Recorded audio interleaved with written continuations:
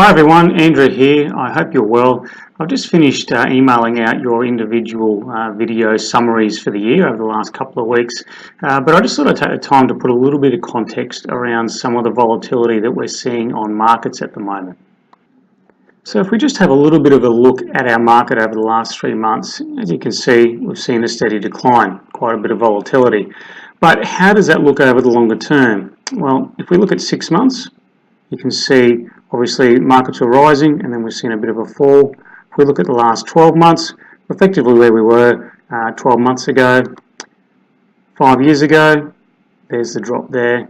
And then if we look at it in the terms of the last 10 years, the drop that we've seen now really isn't significant in the grand scheme of things. So I think it's just important to understand what's going on. And I guess the main issue that we're seeing now is quite a bit of banter between China and the US with regards to trade tariffs and trade agreements and trying to come to some sort of, I guess, agreement. Now, if we look at it again over the longer term, I'll go back even further. This little blip here was the 87 stock market crash.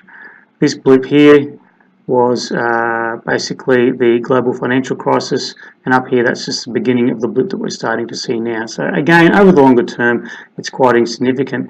The other thing that I wanted to have a quick look at and just explain to you as well is that if we look at what's happening on a day-to-day basis on the market, you'll see here even today with markets having reacted to some further negativity out of the US, you'll see that basically what happens is the market initially drops and then a price point is hit and then investors come in and gradually start to buy throughout the day. So that's a good sign. That's just showing that there's plenty of cash on the sidelines and investors are basically taking advantage of cheaper assets.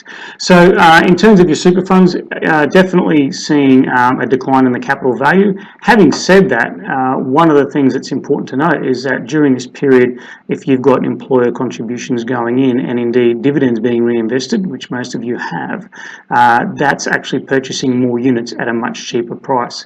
So a bit of a sustained period of market downturn really is going to work in your favour in the long term. Now, I know nobody likes to see markets falling, but look, it's part of it. The reason you're going to get the stronger, longer term returns is because you're putting up with this volatility. Look, if you've got any more questions or concerns about your own individual accounts, call or email me anytime and I can bring yours up and we can have a look individually. Apart from that, you know where I am if you need me, and we will talk soon. Thank you.